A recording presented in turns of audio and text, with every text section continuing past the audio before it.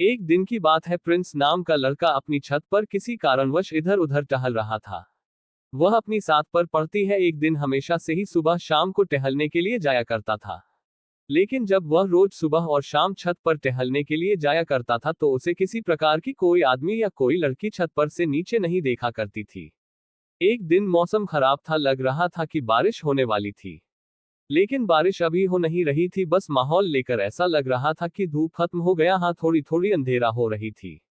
Prince को लग रहा था कि हो ना हो बारिश होने वाली हो गई होगी, क्योंकि बारिश जैसा मौसम हो चुकी थी। लेकिन फिर भी उसी दिन प्रिंस डालने के लिए छत पर चला जाता है। प्रिंस अपने साथ पर जाता है तो देखता है कि थोड़ी थोड़ी बारिश बूंदाबांदी हो रही है। वह नीचे आने का प्रयास करता है और जल्दीबाजी में नीचे आने लगता है। जैसे वह सीढ़ी के पास आता है तो बाहर में उसे एक लड़की दिखाई देती है। वह लड़की बहुत ज्यादा बताए थे इधर उधर देख रही थी, लेकिन प्रिंस का घर जाता हूँ वहां सहरसा सभी के दरवाजा बंद हुआ करती है हमेशा। इस कारण से अब बारिश भी हो रही थी हल्की फुल्की, लेकिन वह लड़की है बारिश से बचने के लिए अपने जगह का इंतजाम करने के लिए प्रयास कर रहे थे। पीसने जैसे ही उस लड़की को देखा वह तुरंत दौड़कर बाहर गया और उस लड़की को कहने लगा कि आप कहाँ जा रहे हैं, कि आपको बारिश से बचने के लिए किसी प्रकार की छत की जरूरत है। तो ही वह लड़की रहती है कि हाँ मुझे तो एक गाड़ी का इंतजार है, मुझे कहीं जाना है, लेकिन वह कभी नहीं मिल रही है, बारिश का मौसम है और मौसम भी खराब है। तभी प्रिंस रहता है कि कोई बात नहीं है, सवारी गाड़ी आएगी तो मैं तुम्हें बाहर छोड़ दूंगा, फिलहाल अभी बहुत ज्यादा बारिश होने वाली है, घर आ जाओ। और सही में मौसम बहुत ज्यादा खड़ा होता, बिजली बहुत ज्यादा कड़क रही थी और ठंडी का मौसम चल रहा था। ऐसे में बाहर पानी में भीगना अभी बारिश के पानी में बहुत ज्यादा खराब हो सकता है, शरीर के लिए है। वह लड़की हिंदी मेरे पिया के घर में आ गई थी। लेकिन उस दिन एक बात गजब हो गया कि प्रिंस के घर वाले भी कहीं गए हुए थे मार्केट करने के लिए, वे लोग भी मौसम खराब होने के कारण उधर ही फंस गया था। ऐसे ही लड़की अंदर जाती है, मतलब प्लीज के घर जाती है, वैसे मोबाइल में फोन आता है जो कि उसके मम्मी पापा का फोन होता है। उसे कहता है कि बारिश बहुत ज्यादा होने वाली है, इस कारण से मैं तुम्हारे मामा के घर रुक गई हूँ, मैं सुबह आऊंगी, तुम अपना खाना बनाकर खा लेना और सो जाना सही से। अब तो वह लड़की और प्रिंस घर में बिल्कुल अकेला था। लेकिन प्रिंस को रसोई घर में खाना बनाना मिलकर भी नहीं आता था। वह सोच रहा था कि मैं किस प्रकार से ही खिला लूंगा और क्या बना लूंगा। तभी वह लड़की कहती है कि आपके घर में कोई नहीं है लग रहा है, तो वह लड़का कहता है कि मेरी मम्मी कभी फोन आए थे, वह बोल रही है कि कल सुबह आएगी घर, मौसम खराब है। आशीर्वाद के लिए उस लड़की से कहता है कि मैं तो बहुत दिनों से रसोई घर में जाना आना भी नहीं किया हूँ, जिस कारण से मुझे कोई किसी भी प्रकार का कोई भी चीज पकाने के लिए नहीं आता है। ऐसे में अगर तुम्हें आता है तो तुम मेरी मदद कर सकती है और हम दोनों के लिए खाना तुम बना सकती हो, फिर उसके बाद हम लोग अपना अपना बिस्तर पर जाकर सो सकते हैं।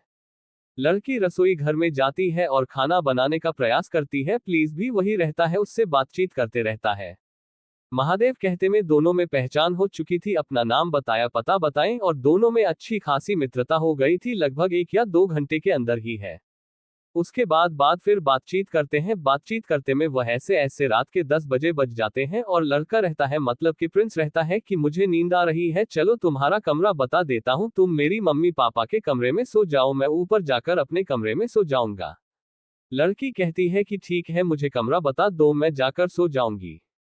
प्रिंस जाता है और उसे कमरा बता देता है, फिर वह कमरा बताकर अपने रूम में सोने के लिए छत पर चला जाता है। लड़की रूम में सोने के लिए चले जाती है, लेकिन बिस्तर पर 1-2 घंटा रहने के बावजूद भी लड़की को नींद नहीं आ रही थी।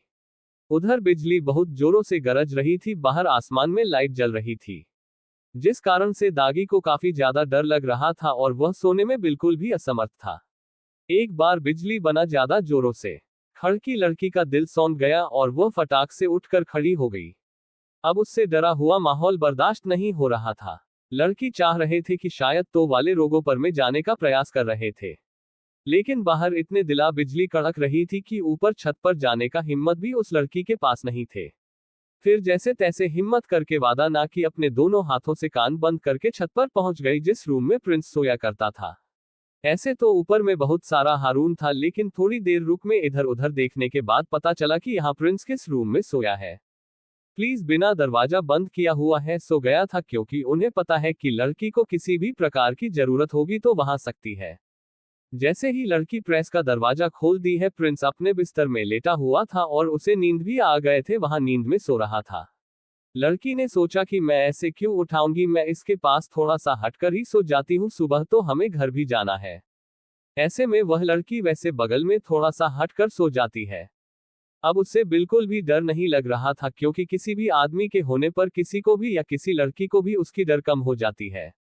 कुछ देर बाद सोने के बावजूद भी आप भी लड़के को नींद नहीं आ रही थी। वह पुलिस को की तरफ कभी देखता तो कभी दूसरी तरफ मुंह करके सो जाया करते थे, लेकिन उसकी आंख में दिन की एक झलक भी नहीं दिख रही थी। रात करीब 2 बज रहे थे, तभी हल्की हल्की हिंदुस्तालगी को आ रही थी। मौसम में काफी ज्यादा ठंडक भी ठंडी होने के कारण वह लड़की ठंड के मारे सो नहीं पा रहे थे। उसके बाद प्रिंस अपने बिस्तर से हुआ उठता है और देखता है किधर है, उसके बगल में सोई हुई है। ये देखकर प्रिंस आश्चर्यचकित हो जाता है। प्रिंस देखता है कि वह लड़की ठंड में बिल्कुल ठंड लग रहा था और इसी प्रकार से बिना कुछ चादर ओढ़ के सो रहे थे। उसके बाद 3 से 1 चादर लाता है और एक चादर अपने लिए लाता है। एक चादर प्रिंस खुद ही इस्तेमाल करता है और दूसरी चादर लड़की को बढ़ा देता है। लेकिन बारिश होने के कारण ठंड ज्यादा हो रही है। उस लड़के की ठंड अभी भी नहीं गई थी, वह ठंड से फिर चला रही थी। ये देखते हुए प्रिंस उसके नजदीक आता है, उसके शरीर में टच कर सो जाता है। लड़की को थोड़ी बहुत गर्माहट महसूस होती है। वह प्रिंस के और भी नजदीक आ जाता है और कसकर पकड़ कर सो जाते हैं।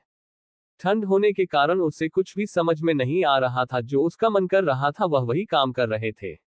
प्रिंस अब उस लड़के को कुछ नहीं बोल पा रहा था। किसी लड़की को तेरे ज्यादा तबीयत खराब होने के कारण प्रिंस खुद ही चाहता था किसी तबीयत सही हो जाए, मेरे पास हो जाए, उसके बाद मैं सोऊंगा, इसलिए घर पर पहुंचा दूंगा।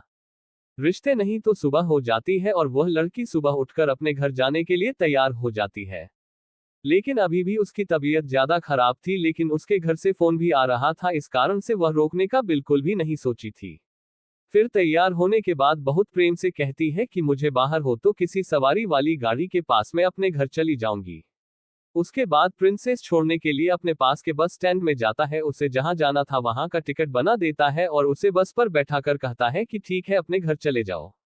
उन दोनों की मुलाकात बस इतनी सी ही रहती है और उन दोनों की मुलाकात बस थोड़ी सी ही रह जाती है। उसके बाद से ना तो प्रिंस कभी उस लड़की से मिला है, ना वह लड़की प्रिंस से मिली है।